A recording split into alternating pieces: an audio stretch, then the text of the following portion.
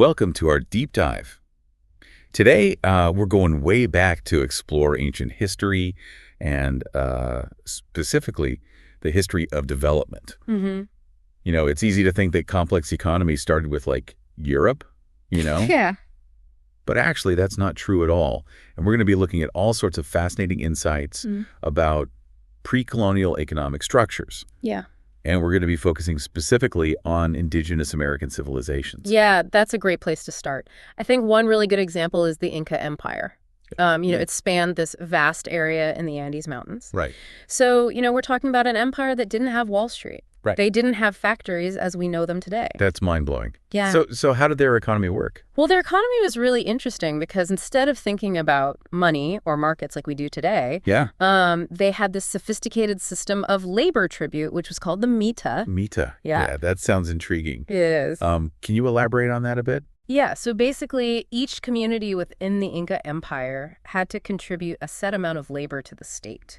Okay. And this could be anything, from farming to construction to military service. And it wasn't just like the Inca demanding this work. Right. This was really the backbone of their whole economic system. So it sounds like the Inca state was kind of like a giant, well-organized labor pool in a way. That's a good way to put it, yeah. And they used this mita system to achieve some pretty incredible things. Oh, yeah? Think about that massive road system they built, which connected their vast empire, or those iconic terraced farms that you see pictures of today. Right.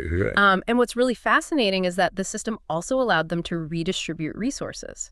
So that means that even remote communities would receive essential goods, including food. Wow. So you can imagine the logistical challenge of feeding an empire that vast without modern transportation. That's amazing. And it's also really interesting how they created their own social safety net. Kind of baked into their own economy. Yeah.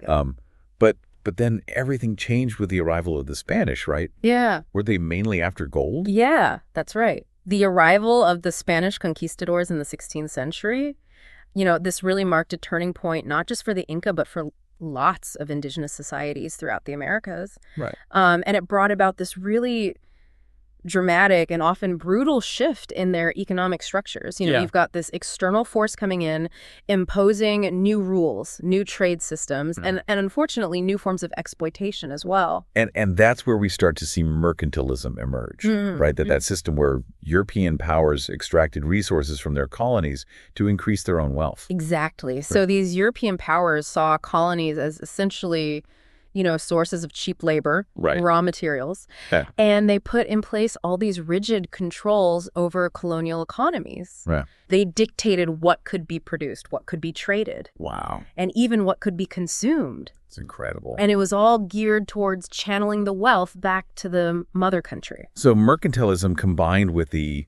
social upheaval caused by colonialism really set the stage for rapid economic growth in Europe. Which eventually leads to the Industrial Revolution. Yeah, you got it.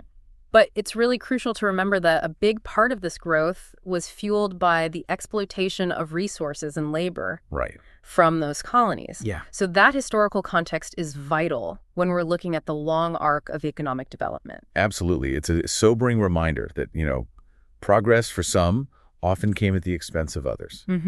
So we've traveled from intricate pre-colonial systems like the Inca's Mita to the really dramatic shifts brought about by colonialism. And this lays the groundwork for understanding the rise of industrialization, which we'll dive into in our next episode.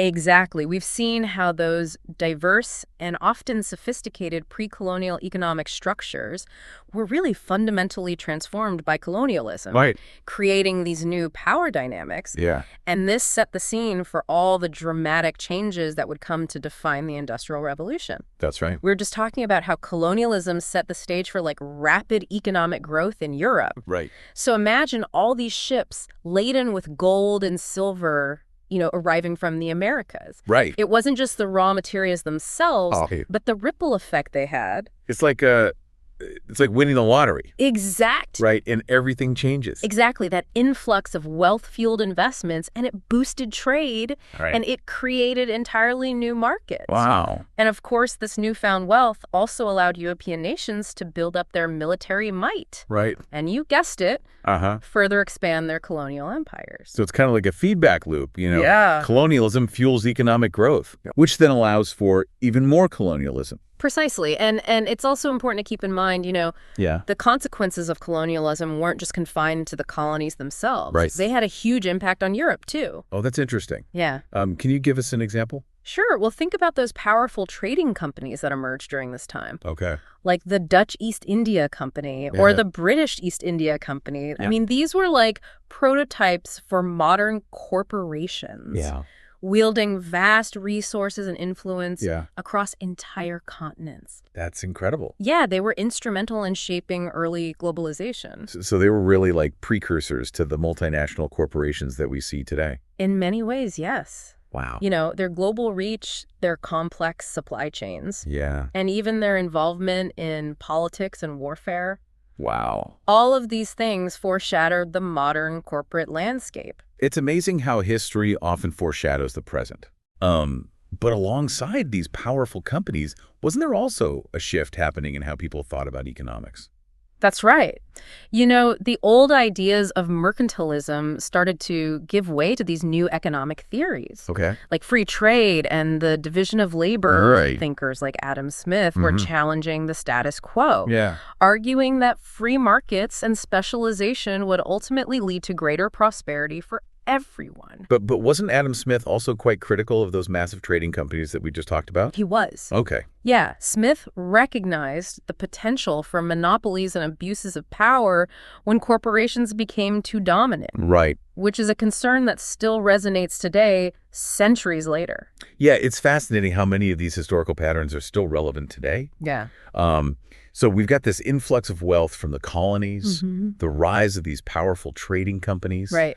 and a major shift in economic thinking, Right. all setting the stage for the Industrial Revolution. You got it. The Industrial Revolution wasn't just some spontaneous event. Yeah. It was the culmination of centuries of social and economic changes, Right. with colonialism playing a pivotal role.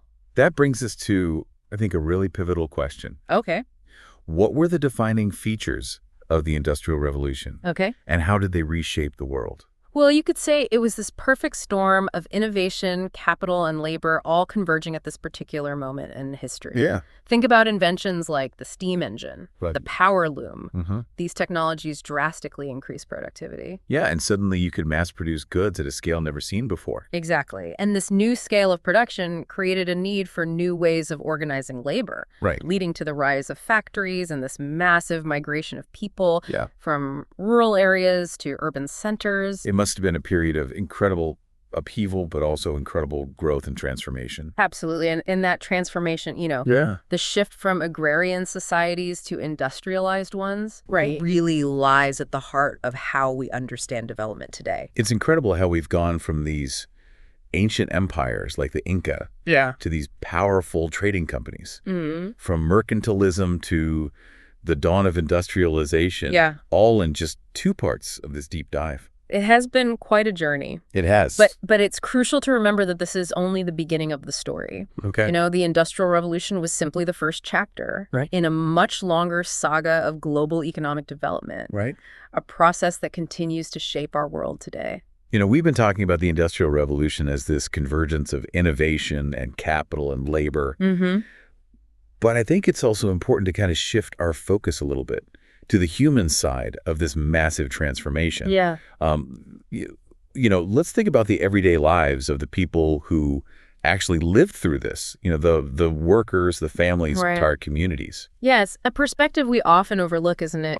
Try to imagine uprooting your life from like a rural farm to move to a bustling city, working long hours in a factory, surrounded by this deafening roar of machinery. Oh, yeah. I mean, it was a completely different world. Yeah, it must have been so disruptive on so many levels. Oh, absolutely. Physically, socially, emotionally. Entire communities were uprooted. Yeah. Traditional ways of life were disrupted. Right. And entirely new social structures began to emerge. And that's where those iconic images of the Industrial Revolution come to mind, right? The overcrowded slums, child labor, the overwhelming pollution. Unfortunately, yes. Yeah. Cities were growing at this unprecedented rate, often outpacing their ability to provide even the most basic services like housing and sanitation and healthcare. Wow. So this created incredibly challenging living conditions for many working-class families. So you have this incredible wealth being generated. Yeah. But at the same time, you have so many workers trapped in poverty. Right. I imagine that contrast must have fueled a lot of social unrest. Absolutely. The Industrial Revolution gave rise to all these new forms of social and political activism. Right. You know, workers began organizing to demand better wages, of course, safer working conditions, and a voice in the political process. So it wasn't just an economic revolution, but also like a social and political one, all intertwined. Precisely. It's impossible to separate these different dimensions of the Industrial Revolution. They were all deeply interconnected and influenced one another. And this brings us, I think, to a really crucial question. Okay. What were the lasting impacts of the Industrial Revolution? How did it shape the world we live in today? Well, for one thing, it laid the very foundation for the modern global economy. Right. You know, industrialization spread beyond Europe, reaching other parts of the world, leading to the rise of new economic powerhouses. And of course, it spurred all these incredible technological advancements. From railroads and steamships to electricity and the telegraph. Right. It completely revolutionized how people lived and interacted with the world. You're exactly right. But we can't forget that it also led to new forms of inequality, both within and between nations. The gap between the rich and the poor widened. And sadly, colonial exploitation continued to fuel these global imbalances. So the Industrial Revolution, like many major historical shifts, was kind of a double-edged sword. It brought about progress and prosperity for some, but it also resulted in hardship and exploitation for many others. It's a complex legacy that continues to impact us today. You know, many challenges we face in the 21st century, like globalization, inequality, environmental sustainability, all of these can be traced back to this pivotal period. Yeah, it's fascinating how our journey through, you know, the ancient history of development has illuminated some of the most pressing issues of our time. It really underscores how understanding the past can give us valuable insights into the present and future. It reminds us that history isn't just about dusty textbooks and dates. It's about understanding the forces that continue to shape our world. Absolutely. And on that note, we've come to the end of our deep dive into the ancient history of development. We've covered a lot of ground. We have. Starting from, you know, pre-colonial empires like the Inca, all the way to the dawn of industrialization. It's been quite a journey. We've unearthed the roots of the global economic system we live in today. And in our next episode, we'll delve deeper into the Industrial Revolution and its lasting impact. But until then, keep exploring and stay curious.